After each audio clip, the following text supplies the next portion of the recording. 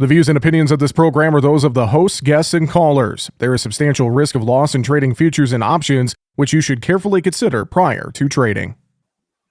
Well, joining us now here on the program, let's get an agronomy update. AgriGold agronomist Josh Johnston from Kentucky joins us here on the show. Josh, it is good to hear from you again. Hope all is well. All's going great. Always good to be with you, Jesse. We have some interesting things to talk about regarding flag trials. Before we get to that, though, real quick, I do want to ask you just the general mood. What are you hearing from producers? Nice temperatures this week in many parts of the country. Are we going to see some early spring planting potentially happening throughout the Mid-South? What are you hearing, Josh? My phone's been pretty hot this morning. The forecast looks so wonderful. I do anticipate some seed going in the ground. We've got a lot of ammonia going, a lot of sprayers, a lot of fertilized trucks moving, but I think actually some seed will hit the ground this week. So we're so excited about that.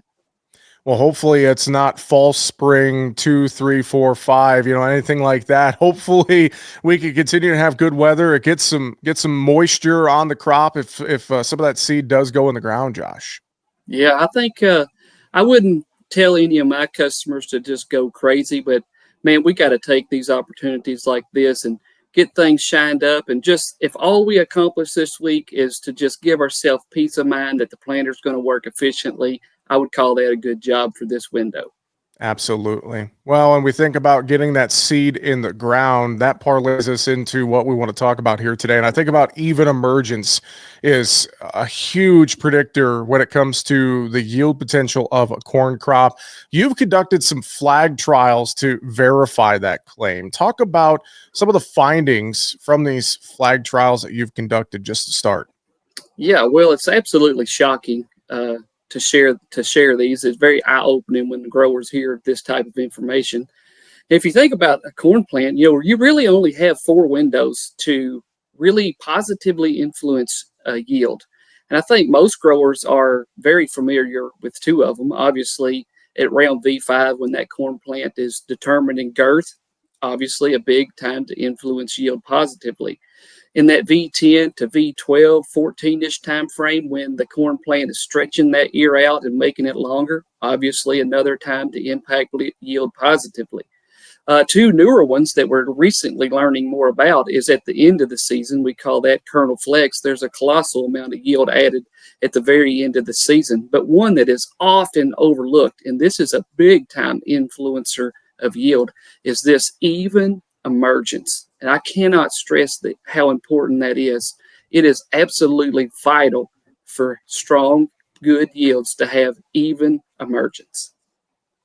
Well, and you think about even emergence and checking and testing your planter to ensure success. I think that's another key piece of this as well as we're getting ready for spring planting to ramp up here. Talk about that aspect of getting ready to go here before that seed goes in the ground, why that's important too, Josh. Yeah, and maybe before I answer that question, because that ties into this, I mean, you're spot on with the question, but maybe if we dive just a bit deeper into the why would we spend so much time focusing on this even emergence? And like you referenced, I've done hundreds of these flag tests, so I'm so confident to say that there is over 100 bushels of yield swing if you compare first emergers to last emergers. And that's bushels that we're just leaving out there that we're never going to capitalize. You cannot overcome this false start. The next thing that we probably should answer is how to conduct a flag test. I've had many people report back to me, man, I done a really good job. I went out there and done a flag test and I planted 33 and my first wave of emergence was 32. And I'll just grin, Jesse, because I'm like, yeah, you probably didn't conduct the flag test as accurately as you should have. So this part is critical.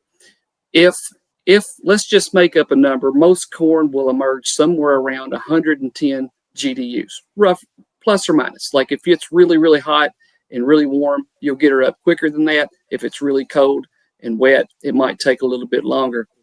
But the key to conducting a perfect flag test is your first visit to the field, you're on your hands and knees, crawling and looking for those spikes that just are coming out of the soil, just hit the soil line. And if your first time there, you shouldn't see anything. Like your first time going out for a flag test, I don't want you putting a flag in the ground. If you're putting flags in the ground, you miss the very first wave of emergence. And that is key. That is so key that you're there before anything actually comes up. I like to visit these fields in 12-hour increments. So let's just say we do a 7 a.m. and a 7 p.m. We go out there 7 a.m., there's nothing. Maybe 7 p.m., there's nothing. So we visited the field twice with nothing. But then the next morning, 7 a.m., man, now we're starting to punch in flags. And if you conduct your flag test with that much scrutiny, you'll be measuring the same things that I'm measuring with major swings in between first emergers versus last emergers. So with all that said, the goal obviously now is how can we take second emergers and put them into the first emerger wave? How can we take third emergers and move those into this second emerging wave? And so we'll go back to your question. You know, your planter is not solely responsible, but your planter plays a big role in having efficient, even emergence. So there's a lot of things that can go wrong in the field. There's a lot of things that we really need to pay attention to with the planter. But step one is if you cannot hold a consistent, even seed placement, and I'm talking your variance is so small, 1/8 to 1/4 inch difference in seed placement, and that's going to be a difference in what you're measuring in emergence. So I tell people if it moves, pivots, or spins on your planter and you're not taking it apart and checking and making sure everything is smooth and even and there's no wear in your parallel arms, things like that, we have to get those planters in the shop and we have to make sure that everything that moves is in good working order. Secondly, when we take that to the field, you know, maybe plant 10 acres because there's going to be some rust on things and there's going to be a little bit of we got to get her worn in good for good planting conditions. But maybe that don't take long, 5 or 10 acres of planting. Your first in-row pass, maybe you got the planter shined up where it should be performing optimally. That's when we need to start parking the tractor and going back and measuring what the planter's actually doing. There's all kind of modifications. Jesse, we could talk for 2 or 3 hours on things that you need to tweak.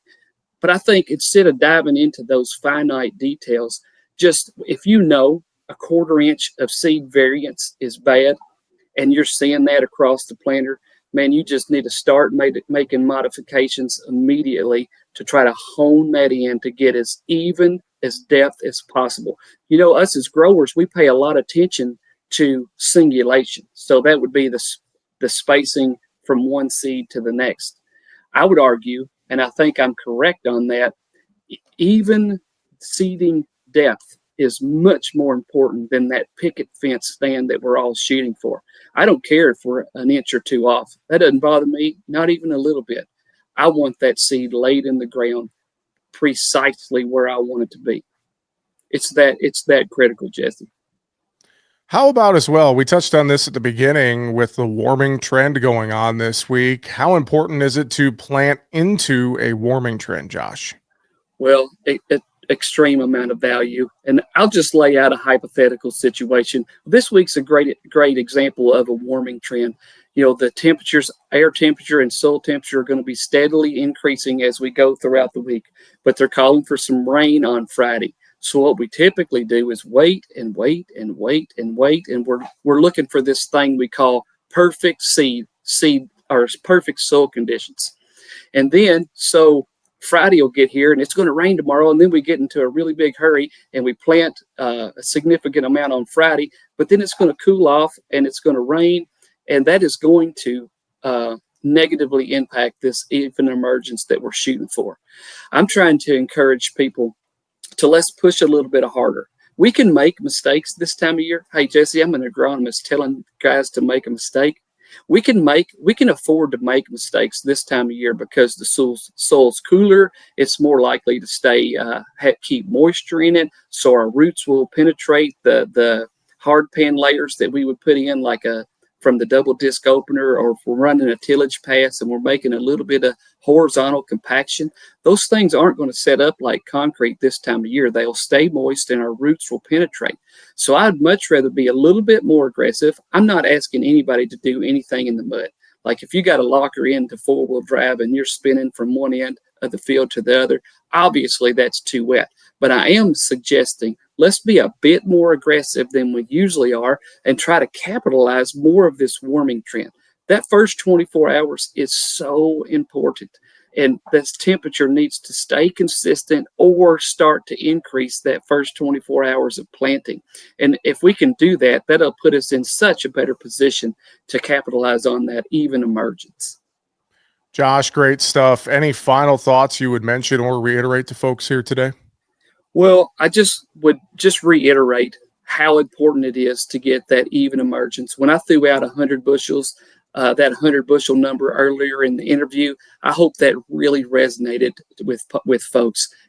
Truly, there is that much difference between the first wave of emergence and the last wave of emergence. So it's just an easy way to capitalize on some extra bushels in a fashion that we usually don't think about. So really pay attention to what you're doing as you're placing the seed in the ground. And I know folks can reach out to their local agrigold agronomist, such as yourself, if they have questions, or go online. A lot of great ways to get in touch for more information. Josh Johnston, agrigold agronomist, thanks for joining us. And we'll check back in with you in a couple of weeks and get an update as we get into the heart of spring planting season. Appreciate the time as always. Looking forward to it. Thank you, sir. Make sure to subscribe to the Market Talk YouTube channel. You can watch our latest interviews with top market analysts in the country, find bonus content, and much more. It's easy. Just go to youtube.com/@MarketTalkAg and hit the subscribe button. Or you can search for Market Talk Ag on YouTube.